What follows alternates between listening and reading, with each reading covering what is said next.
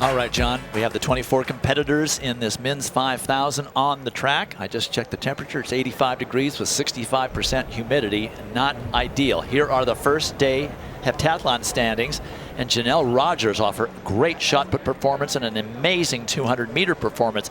Has a gigantic lead at the end of day one.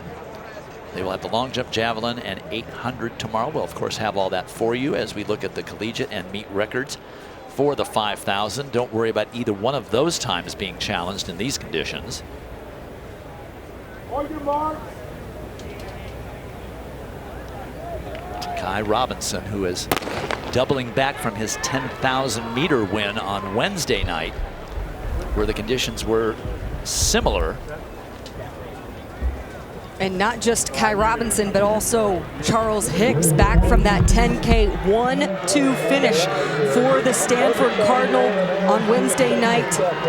That was the first 1-2 finish for teammates since Edward Cheserek, King Ches, and Eric Jenkins back in 2015. But that's something that Stanford has done a number of times, led 1-2 finishes in the 10,000 meters, and this is a stacked field. You not only have a number of guys who are doubling back from the 10K, you have a few who are coming in fresh, like Brian Fay of Washington, who has the collegiate outdoor lead, dipping just below 13:22 back in April. However, Dylan Jacobs has the overall collegiate lead going all the way back to the indoor season, in which he dropped an impressive 13:11:01 on the indoor track. So he's coming back from that 10,000 meters as well. 5 athletes who have doubled back from the 10. Dylan Jacobs had a very disappointing performance in the 10. He was the defending champion and finished out of the points. And actually, Dwight, I'm not seeing, now that we're kind of looking at the whole field, not seeing Dylan Jacobs. Nope. Yassine Abdallah is in the all orange, though, for the Tennessee Volunteers. And right up front, that is Kai Robinson. Let's take a look at the team standings with this event and the 4x4 still remaining. Arkansas with a 5-point lead, and amazingly, I was just talking to Lara, I did not see an Arkansas athlete that was entered in this race. I don't know when the last time that was. Probably before John McDonald was coaching at Arkansas did they not have a finalist in the 5,000 meters on the men's side. So they were not going to get points there. Neither will Florida, so it's all coming down to the 4x400 relay, where Florida is the collegiate record holder. Lara, you talked about Brian Fay. He's a 352 miler. What type of race favors him in this final? Well, Brian Fay is capable of running with just about anyone and winning in multiple different ways, but he has a ferocious finishing kick, and we saw that at the Pac-12 championships, in which he won both the 5,000 and the 10,000.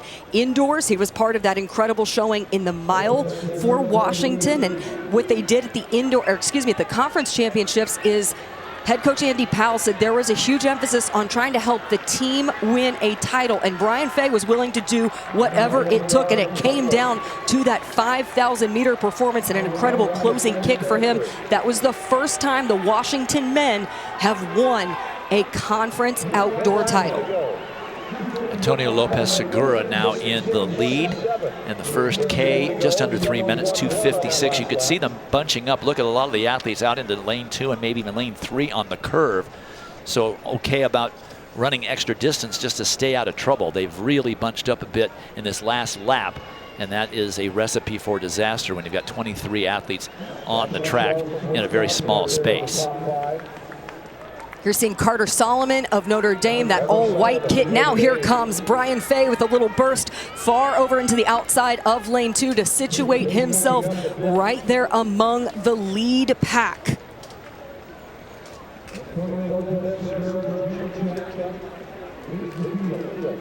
Currently on a 14:39 pace to this point in the race.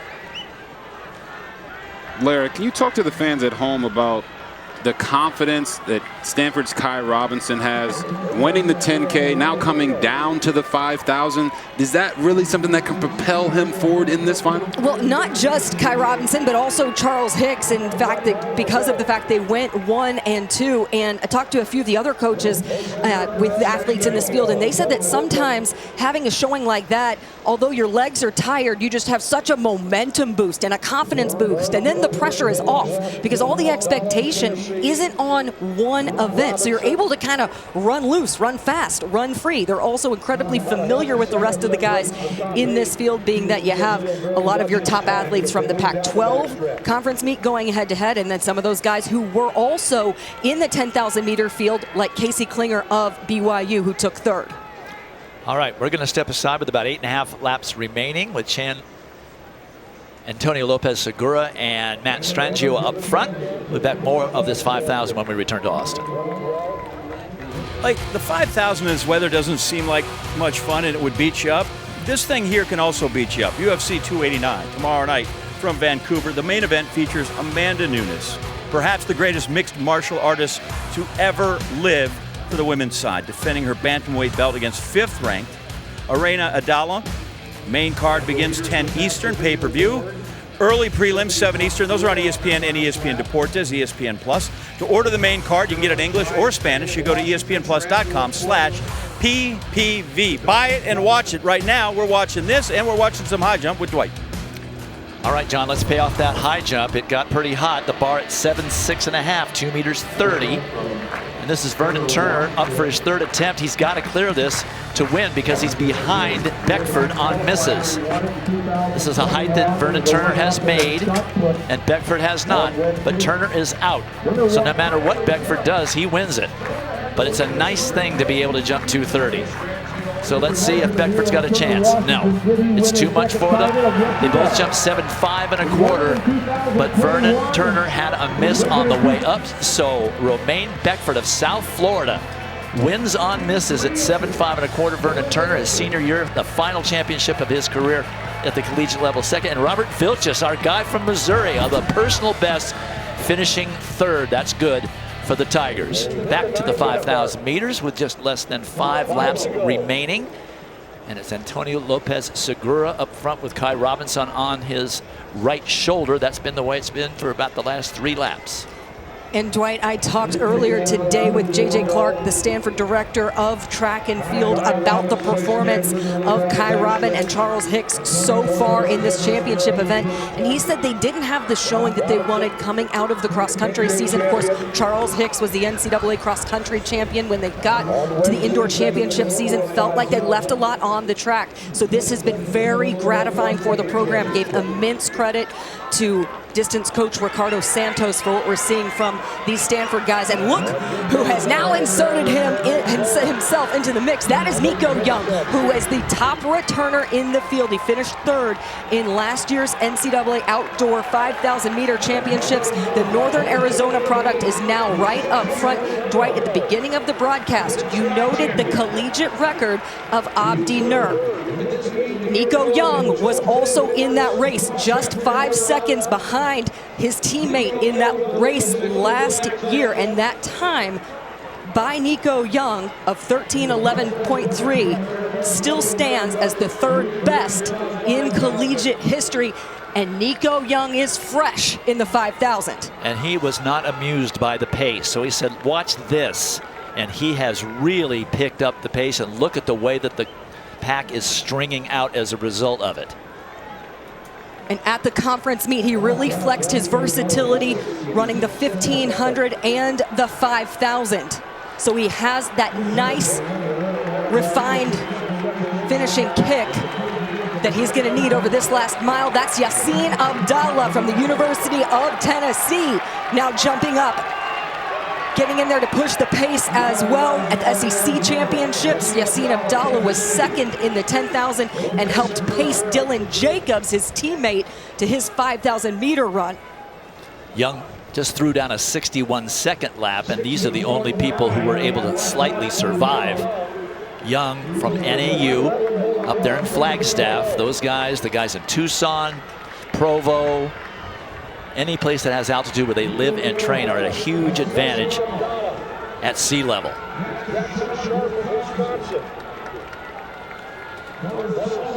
So the race is on now. He made his move. He made his move. Sorry, Robert. He made his move, and now he's got to live with it. Oh, no problem, Dwight. You talk whenever you want. You're the legend. All right. So, Larry, I was going to ask you, when a guy makes a move like Nico Young did, how hard is it on the rest of the pack to cover that move and still stay within themselves to run their own race? When you have a couple of races or a race already under your legs, it is a little bit more difficult, but you've got to be able to respond. You do have some time. If you don't cover the move, you've got to immediately, as soon as you can, start to work your way back in.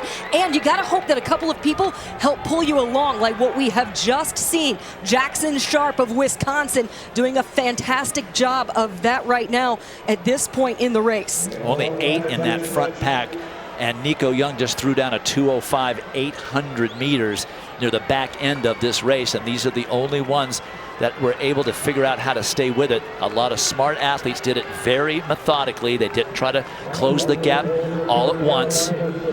But now it's on. It's a little more than a lap, less than a lap and a half remaining, and Nico Young is right there being marked very, very closely by Sharp of Wisconsin. Sharp, the Big Ten outdoor 1,500 meter champ, to complement an indoor sweep of the 5,000 and the 3,000. And here comes Kai Robinson. We saw him plot his move perfectly in the 10,000 meters, and he has rolled the dice with 400 meters to go. Bell lap, and it is Kai Robinson from Australia representing Stanford. 3:10 for the last 3 laps. And look at that gap that's developed. He did the same thing in the 10,000 meters, and the only person that could go with him was his teammate, Charles Hicks. I don't see anybody closing that gap at this point with a little more than 200 meters remaining. Nico Young paying the price, slips back to 6th, but he made the race for Kai Robinson and the others that will finish behind him. In February, Kai Young was 23rd at the World Cross Country Championships, the top Australian, the second collegiate. It was a 10K course, hot, humid, windy conditions in Australia, not unlike what we have here in Austin. And Kai Robinson is thriving to the tune of a double victory to complement the 10, the 5,000 meter champion. Almost a carbon copy of what he did on Wednesday, 55.6 for his last 400. And the last to sweep both distances, King Ches from Oregon in 2016 at home in Eugene.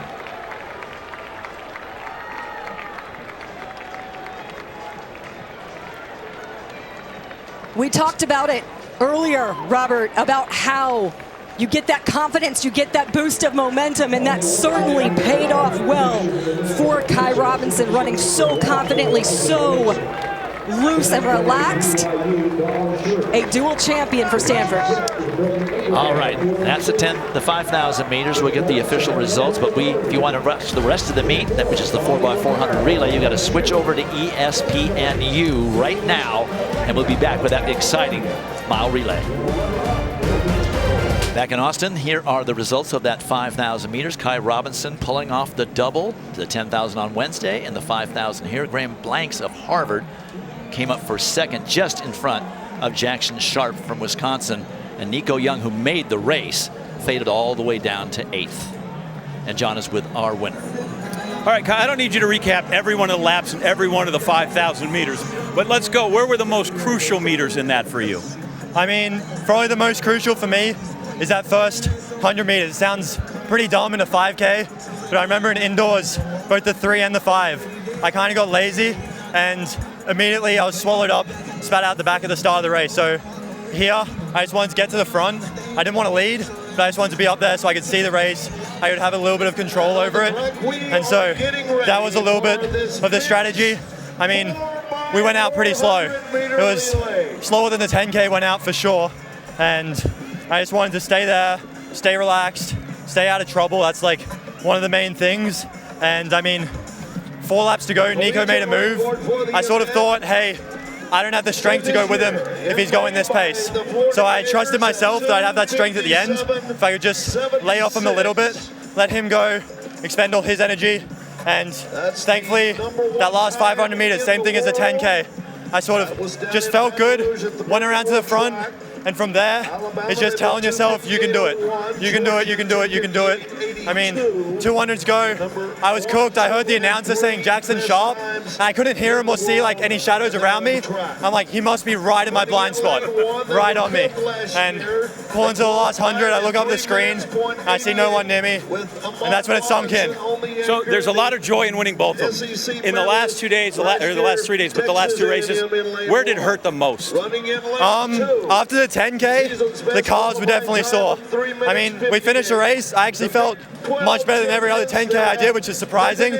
And then came back, was doing the warm-up today, and I was like, oh, I'm not feeling the greatest, but honestly, when I'm feeling good, something's wrong.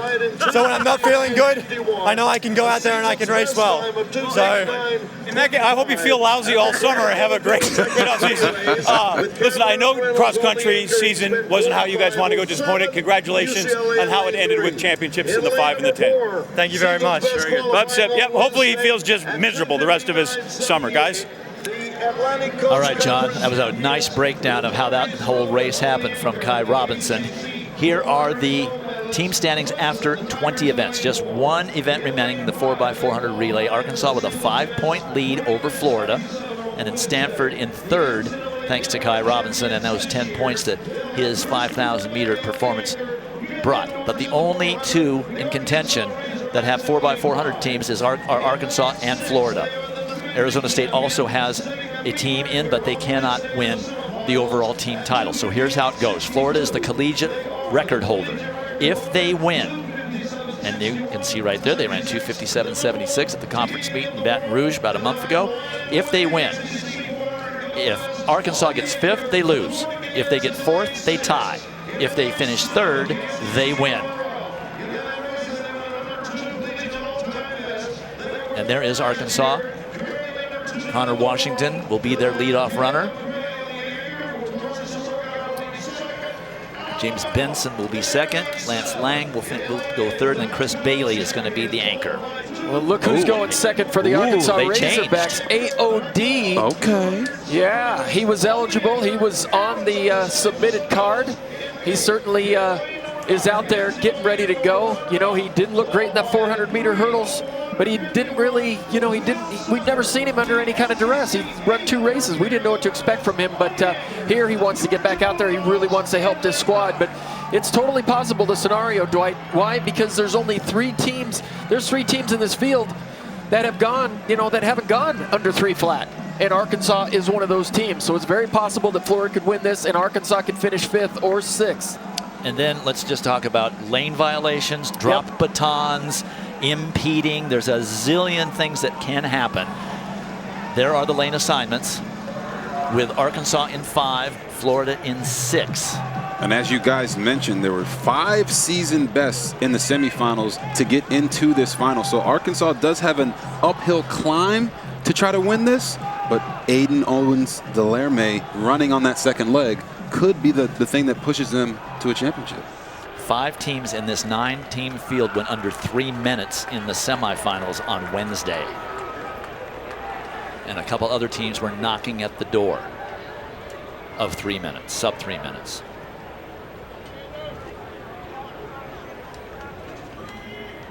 We love it when it comes down to the 4x4.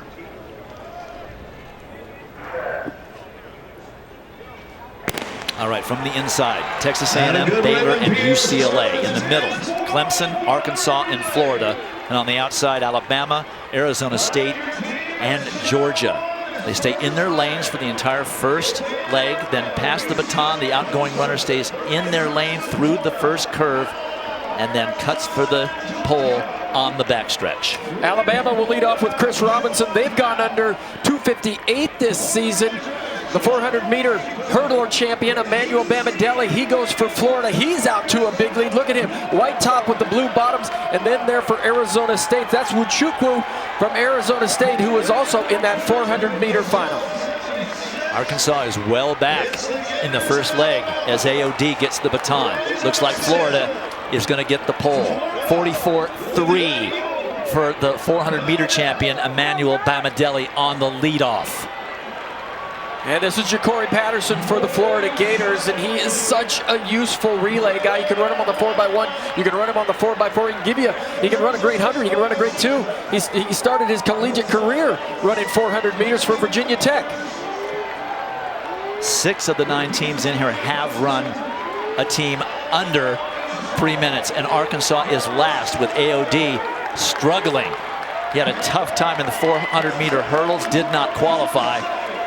But it's very close passing off to the second time between Florida and Arizona State. 43.9 for Ja'Cory Patterson on the second carry for the Gators. They are going for the collegiate record, which is no surprise. But Arizona State is hanging in there very nicely, pressing them. And it's no surprise that the 2 teams in front are Florida and Arizona State. Both had 3 runners in the 400-meter final. And look, man, this is going to be an amazing finish. Look who's in third place. Yeah, the Bruins are suddenly in third place out of nowhere. Ishmael Turner there for the Bruins, but it's still Florida and Arizona State as they hand off to their anchors. Ryan Willie, who is just outleaned by his teammate for the 400-meter title, and for Arizona State, it's slated to be Trevor Moyer, the freshman. 44.9 for Patterson. And Christopher Bailey for the Arkansas Razorbacks has got to do something absolutely spectacular to give his team even a chance at this point. That's Justin Robinson on the anchor for Arizona State. He was supposed to run leadoff, and he's given Ryan Willie all he can handle. They raced each other in the open 400. Robinson was right next to him in the lane outside of him. This is going to be tight. Ryan Willie needs to bring along that patented finish. Gators are going to win it right at the tape. Arizona State, a phenomenal time for them. That'll be an improvement, and if that holds, that's the collegiate record by 0.02 of a second. Arizona State just outside them by 0.04 of a second. And it looks to me like Arkansas did not finish in the top 4, so it's not a tie, and they were not 5th. So Florida is the national champion on the men's side in 2023.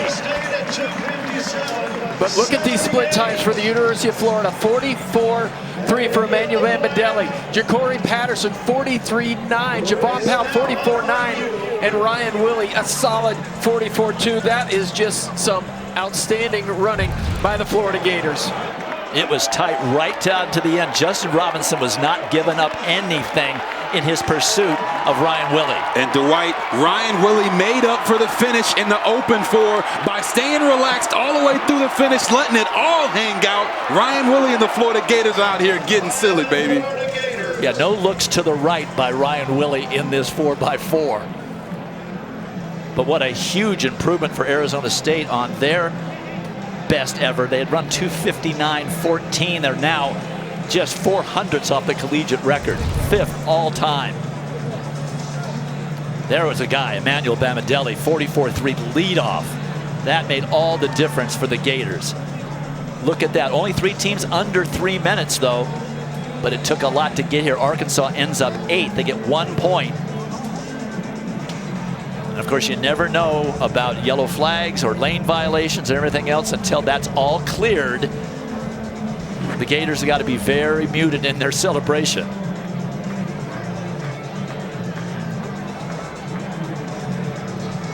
It's official. Florida Gators are the 2023 national champions, repeating from last year. All right, John, it's all you. Okay.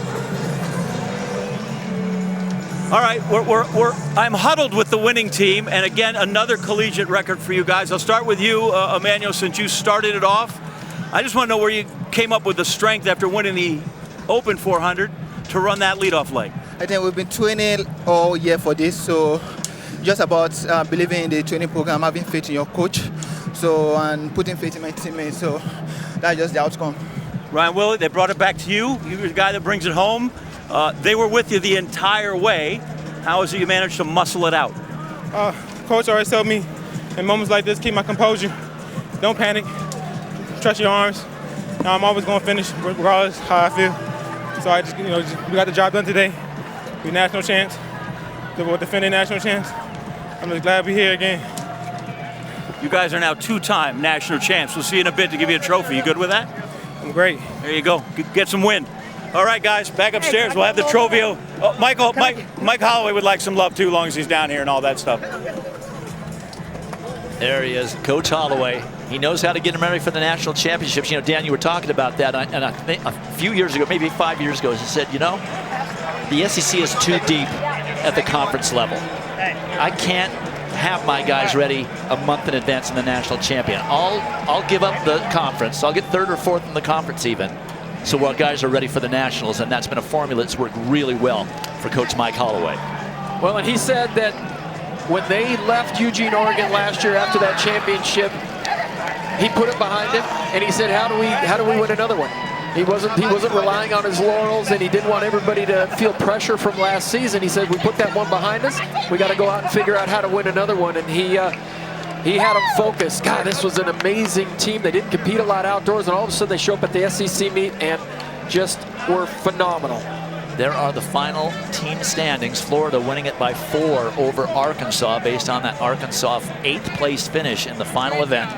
Stanford was 9 back in 3rd thanks to Kai Robinson's 20 points by winning the 5 and the 10. LSU was 5th by a point. A well-engineered effort by the Florida Gators, knowing that they had almost a short 10 points in the 4x400 relay, and the Arizona State Sun Devils almost made that not come true. A heck of a run by Arizona State. Florida got 20 points in the 400, 10 points in the long jump, triple jump, 8 in the 4x1, and then 9 points between the 100 and 200 meters. A nice balanced attack, especially, of course, when they won the 4x400. But when you don't have distance runners on the men's side, this is the way you got to engineer it. Coach Holloway did a masterful job. Yeah, guys, this Florida Gators team has been pretty dominant.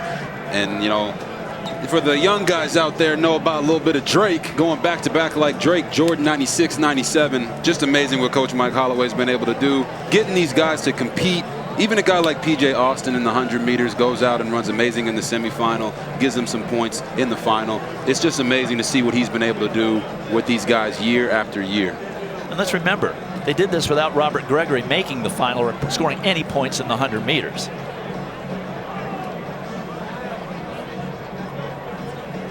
There is Coach Holloway.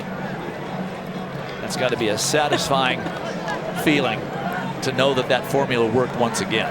And guys, he gets the team championship here, right? And then his son goes under 13 seconds in the hurdles in the Diamond League today. I mean, it's feeling good. If I'm Mike Holloway, I think I had a great day.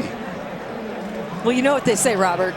It's great to be a Florida Gator. That's what you're about to hear. Is that what they say? That's what they say. Listen, my wife is a FSU Seminole, so I can't co-sign on that one. But they did win the title. We'll give them that. You're going to start hearing it here soon. Well, it's the 13th national title for Coach Mike Holloway.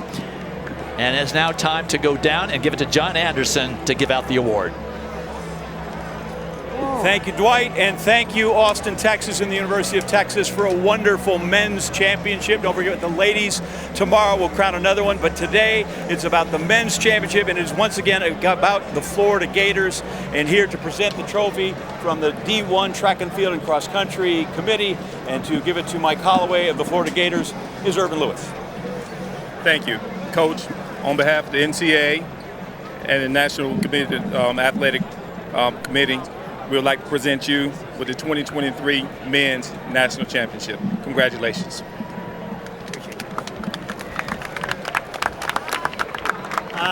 ready?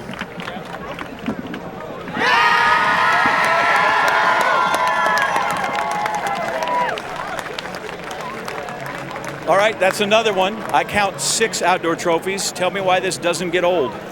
I mean, I get asked the question a lot, what's your favorite championship? The next one. Sure. There's a different group of people. We got a couple of new coaches on the staff. It's their first one. And, I mean, it's just always a different experience. You got different, ways we won it this year. I'm almost speechless, man. This is a special group of young men. I'm just so proud of them right now. Tell me how maybe the groundwork for this championship was laid indoor, because I know they did not compete and finish the way you wanted to. And you said you started talking to them that day and immediately in Albuquerque? Well, I mean, I just had to remind some of them, who we are and how we conduct ourselves, especially at the championships meets. And, we have some veterans that help them understand that as well. And as soon as we walked off the track in Albuquerque, our charge was to be in the infield here and with a better showing. Arkansas came in, they were favored. You have athletes, but at some point you have to have a pathway. And all of a sudden Texas Tech gets DQ'd and you find 2 spots. And although Turner Washington doesn't wear a Gator jersey, he gets you too late to come through that. When you look at that, just talk about, in addition to great athletes, sometimes the good fortune you have to win this championship. Yeah, I mean, in any championship there's won, there's always some good fortune along the way, but I'm a guy that thinks that preparation creates opportunity. And no matter what other people did, what we did here today and Wednesday is just, I'm speechless. I'm just so proud of everybody involved. My coaching staff, my trainers, my strength coach, everybody involved with the program was just phenomenal. And, like I said, I'm just happy, man. All right, I don't know if this is speechless because it leaves a lot of us wowed, but the continued lowering of the 4x4 record, and you finish this not only with a win, but 257 and change. From a group that's tired, man, they gave it all in the 400 as well. Your thoughts on those guys? Well, I mean, we take a lot of pride in the 400 at the University of Florida, and, you and I talked about this before. There was a lot of talk about people breaking our collegiate record, and, we take it, well, if it's going to be broken, we might as well break it, and that was their challenge. I didn't say a word to them about it, and, we knew Arizona State was good. We knew some other teams was good as well, but, we were up to the challenge, and I'm super proud of that guy. We changed the order a little bit, and actually that was their suggestion, and for one time I listened to them, and it worked. So now these guys get to hoop it up. You're going to come back tomorrow. Are you ready for more of this on the ladies' side? I'm going to sleep a lot tonight, and we're going to be ready to get after it tomorrow with the ladies. Mike Holloway, another championship, his 6th out there. Eric, you heard him. It's great to be a Florida Gator.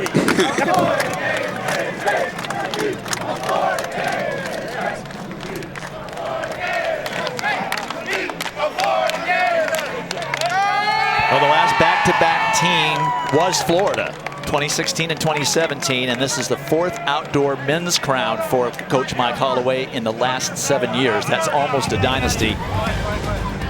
And they did it with a very balanced attack. Well, that's the men's. They're in the book. Collegiate season has ended for 2023. Coverage of the NCAA Track and Field Championships continue tomorrow at 9 p.m. Eastern. For more information, go to ncaa.com, your home for all 90 NCAA championships. For John Anderson, Lara Overton, Dan O'Brien, RG3, our great statisticians Tom Lewis and Norm Ogilvie, I'm Dwight Stones. See you tomorrow. It's Ladies' Day.